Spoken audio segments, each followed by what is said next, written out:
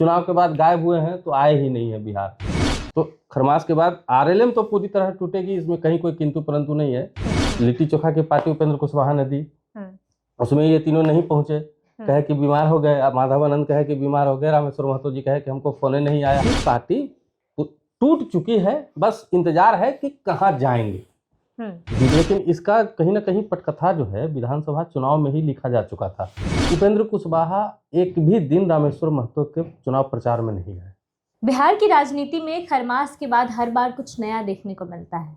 हर बार जब भी मकर संक्रांति खत्म होता है उसके बाद बिहार की राजनीति में बदलाव देखने को मिलता है। खरमास से पहले दावे किए गए हैं, बहुत सारे दावे किए गए हैं कि खरमास के बाद ये पार्टी टूटेगी, वो पार्टी टूटेगी। बात करेंगे आरजेडी की। जदयू के एमएलसी हैं नीरज कुमार, उन्होंने दावा किया है कि आरजेडी के 17-18 विधायक उनके संपर्क में हैं और खरमास के बाद आरजेडी में टूट होने वाली है। एक तरफ राष्ट्रीय लोक मोर्चा उपेंद्र कुशवाहा की पार्टी, उसके 3 विधायक उपेंद्र कुशवाहा जो कि राष्ट्रीय अध्यक्ष हैं उस पार्टी के, और उन्हीं की लिट्टी पार्टी में शामिल नहीं होते। शामिल कहाँ होते हैं? तो बीजेपी के राष्ट्रीय कार्यकारी अध्यक्ष बने नितिन नवीन के साथ। ऐसे में बड़ा सवाल उठता है किसमें टूट देखने को मिलने वाला है और खरमास के बाद किस पार्टी में बदलाव होगा और क्या कुछ कारण रहेंगे इस बार बदलाव के। हर बार कुछ ना कुछ कारण होता है, इस बार क्या बदलाव होंगे? हमारे साथ बातचीत के लिए हमारे सहयोगी निशिकांत जी हैं। आरजेडी की तरफ से पहले कहा गया कि जदयू में टूट होगी और जदयू के एमएलसी कह रहे हैं कि आरजेडी के 17-18 विधायक मेरी पार्टी से संपर्क में हैं और आरजेडी में टूट होगी। दूसरी तरफ राष्ट्रीय लोक मोर्चा, 3 विधायक हैं, तीनों नितिन नवीन से मिलने चले जाते हैं, अपने ही राष्ट्रीय अध्यक्ष से मिलने नहीं जाते। क्या लग रहा है किसमें इस बार बदलाव देखने को मिलेगा खरमास के बाद? देखिए, आरजेडी की चर्चा बाद में कर लेंगे, आरजेडी और जदयू की चर्चा बाद में कर लेंगे। चर्चा हम आरएलएम की कर लेते हैं। उपेंद्र कुशवाहा के 3 विधायक हैं, रामेश्वर महतो हैं, आलोक सिंह है और माधव आनंद है। इन तीनों का संपर्क पूरी तरह से उपेंद्र कुशवाहा से टूट चुका है, कोई बातचीत नहीं है, जैसा कि मीडिया में खबरें आ रही हैं और जैसा कि उन तीनों विधायक भी जो है पत्रकारों से जो बातचीत हुई है उसके आधार पर पत्रकार बोल रहे हैं कि पूरी तरह से संपर्क टूट गया है। इसकी शुरुआत विधानसभा चुनाव से ही कहीं ना कहीं हो चुकी थी और इन तीनों विधायकों को मौका मिल गया। चूंकि उपेंद्र कुशवाहा ने अपने बेटे को मंत्री बना दिया, बैकडोर से एंट्री करवा दी और किसी को कुछ खबर नहीं था। अचानक से मंत्रिमंडल का जिसमें हो रहा था शपथ ग्रहण, उसके जस्ट पहले पता चला सबको। उपेंद्र कुशवाहा ने हवाला भी दिया कि भाई पार्टी में टूट ना हो भविष्य में, इसको देखते हुए हमने अपने बेटे को मंत्री बनवाया है। लेकिन इसका कहीं ना कहीं पटकथा जो है विधानसभा चुनाव में ही लिखा जा चुका था। अब जैसे रामेश्वर महतो बाजपट्टी से चुनाव लड़ रहे थे, उपेंद्र कुशवाहा एक भी दिन रामेश्वर महतो के चुनाव प्रचार में नहीं गए। उनकी पार्टी से चुनाव लड़ रहे हैं, आप सबके चुनाव प्रचार में जा रहे हैं, लेकिन रामेश्वर महतो के चुनाव प्रचार में आप नहीं गए। ठीक है, तो कहीं ना कहीं अब देखिए, रामेश्वर महतो का बैकग्राउंड जदयू का था, जदयू से आए थे, चुनाव के 1 महीना पहले आरएलएम में शामिल हुए और उनको टिकट मिला। तो कहीं ना कहीं हमको लगता है कि भीतर से जदयू को जो मतलब आरएलएम को जो सीटें मिली उस पर जदयू का दबाव था। जदयू ने कहा होगा कि मेरे आदमी को टिकट दीजिए तब आपको इतनी सीटें मिलेंगी। तो ये दबाव जो है झेलने के लिए उपेंद्र कुशवाहा को लगा कि अगर इनमें से किसी को मंत्री बना देंगे, ठीक है, तो पार्टी में टूट हो सकता है। चूंकि जदयू से आए हैं तो रामेश्वर महतो। दूसरी तरफ उपेंद्र कुशवाहा को यह बात पहले से मालूम था कि माधव आनंद जो हैं उनका बीजेपी के कई वरिष्ठ नेताओं से संपर्क है, कई कद्दावर नेताओं से पहले से ही संपर्क था। तो ये भी डर था, माधव आनंद को अगर हम बना देते हैं मंत्री तो कहीं वो पार्टी न तोड़ के चले जाएं। आलोक सिंह भी हैं, आलोक सिंह का भी बैकग्राउंड वही है।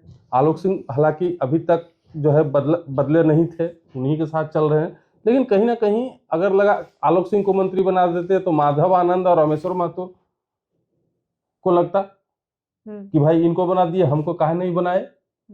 इसलिए उन्होंने इन तीनों को मैनेज करने के लिए बेटे को बना दिया। अब बेटा को जब विधायक बना दिया तब इन तीनों को मौका मिल गया बोलने का। कि भाई जो उसका असली हकदार था, जो उसका दावेदार था, जिसने मेहनत की, पार्टी में सब कुछ किया, जी जान लगा के पार्टी को चलाया, आपको यहाँ तक पहुँचाया, उसके बाद आप उनमें से किसी को नहीं दे रहे हैं। ठीक है, लायक भी थे, माधव आनंद बहुत अच्छे हैं, पढ़े लिखे ज्ञानी सब कुछ हैं, गट्स भी है उनके पास, मंत्रिमंडल संभालने का जो होना चाहिए उनके पास सब कुछ है, उसके बाद भी नहीं बनाए। तो कहीं ना कहीं ये बातें चुनाव से पहले ही शुरू हुई थी, और बेटे को मंत्री बनाने के बाद पार्टी में कई तरह की बातें भी हुई, पार्टी टूटा, राष्ट्रीय उपाध्यक्ष, प्रवक्ता, कई लोग पार्टी छोड़ के चले गए, ये लोग भी परेशान हैं ही, खास करके परिवारवाद का जो आरोप लग रहा है उपेंद्र कुशवाहा की पार्टी पे। उसके बाद ये तीनों का संपर्क पूरी तरह से टूट चुका है, नितिन नवीन के संपर्क में है, और भी कई नेता हैं उनसे संपर्क में है। लिट्टी चोखा की पार्टी उपेंद्र कुशवाहा ने दी, उसमें ये तीनों नहीं पहुंचे, कहे कि बीमार हो गए, माधव आनंद कहे कि बीमार हो गए, रामेश्वर महतो जी कहे कि हमको फोन नहीं आया, कोई बातचीत नहीं हुआ।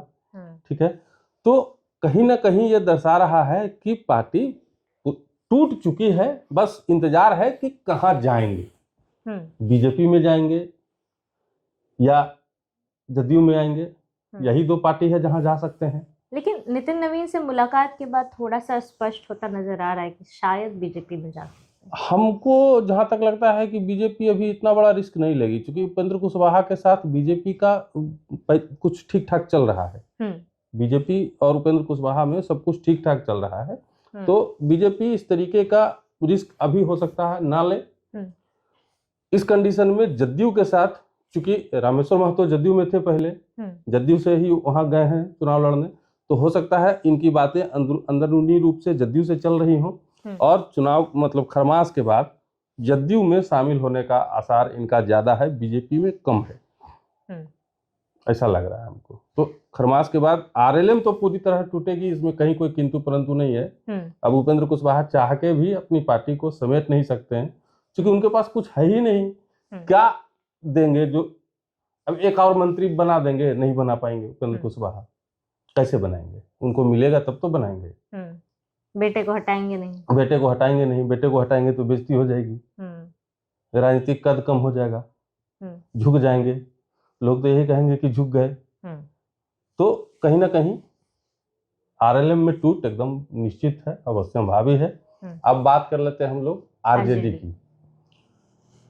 नीरज कुमार के दावे में दम हो सकता है, ये हो सकता है कि आरजेडी के 17 से 18 विधायक जो है वो नीरज कुमार के संपर्क में गए हों या जदयू के संपर्क में गए हों, लेकिन टूट का आसार बहुत कम नजर आ रहा है, क्योंकि आरजेडी में जो 25 विधायक हैं उनमें से कई ऐसे विधायक हैं जो शुरू से लेके अभी तक आरजेडी के साथ हैं, और उनमें से 14 की संख्या में विधायक जो हैं वो यादव हैं। ठीक है, तो वो इंटैक्ट, यादव कहीं ना कहीं लालू जी से इंटैक्ट है, अब वो टूट नहीं सकता है ऐसा हमको लगता है। ठीक है, लेकिन राजनीति है, चूंकि राजनीति में कुछ भी असंभव है नहीं, ये बात है, तो वहां पे 50-50 चांस है कि टूट भी सकता है और नहीं भी टूट सकता है। अब जो भी यादव विधायक हैं, अब उनकी इच्छा हो जाएगी कि हम लालू यादव को छोड़ेंगे, तो वो जा सकते हैं। इस कंडीशन में होगा क्या कि आरजेडी की पूरी कहानी ही खत्म हो जाएगी, आरजेडी पूरी तरह से समाप्त हो जाएगी। बचेंगे कितने? 17-18 चले जाएंगे, 5-6 बचेंगे। आरजेडी का पूरा राजनीतिक कैरियर बर्बाद हो सकता है।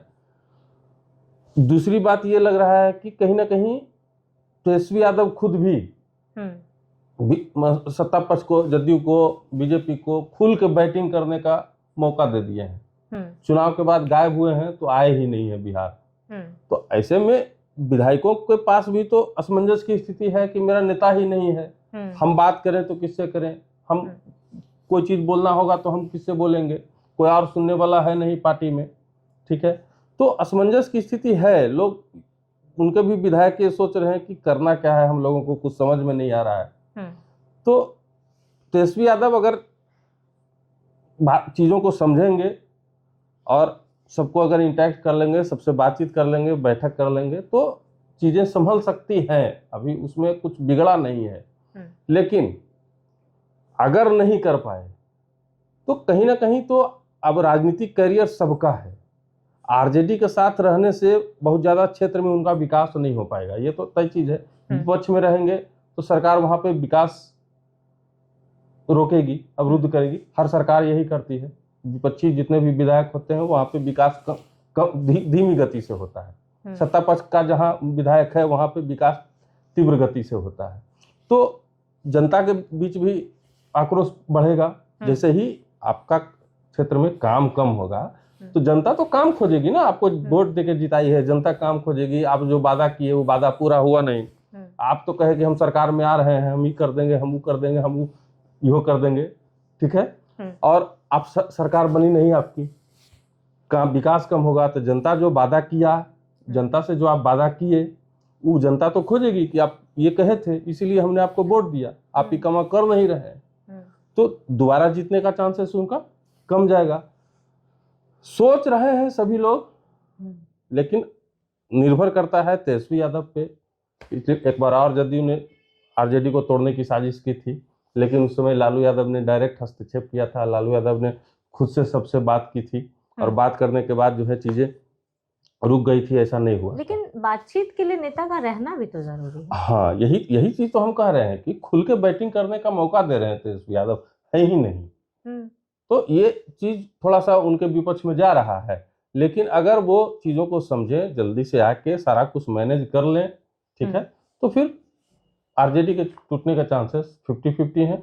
नहीं भी टूट सकती है, आरजेडी बच सकती है। दावे तो ज्यादा चांसेस अभी आरएलएम को लेकर है। आरएलएम का टूटना तय है, इसमें कोई किंतु परंतु नहीं। चलिए, आरजेडी और आरएलएम दोनों को लेकर दावे तेज थे। आरजेडी के नेता प्रतिपक्ष तेजस्वी यादव चुनाव के बाद कहीं नजर नहीं आए, जिस दौरान उनके तमाम जो विधायक हैं उन लोगों को लेकर दावा किया गया कि 17-18 विधायक जदयू के संपर्क में है। दूसरी तरफ आरएलएम के 3 विधायक जो उनकी ही पार्टी के राष्ट्रीय अध्यक्ष की पार्टी में नहीं पहुंचते हैं, लेकिन राष्ट्रीय कार्यकारी अध्यक्ष बने नितिन नवीन के साथ दिख जाते हैं। ऐसे में दोनों पार्टियों को लेकर चर्चा तेज है कि खरमास के बाद किस पार्टी में टूट होगी। हमने चर्चा की है, आपको क्या लगता है, क्या होगा खरमास के बाद, क्या बदलाव देखने को मिलेगा? अपनी राय कमेंट बॉक्स में ज़रूर दें। फिलहाल के लिए इतना ही। अपडेट्स के लिए बने रहिए। बहुत बहुत धन्यवाद।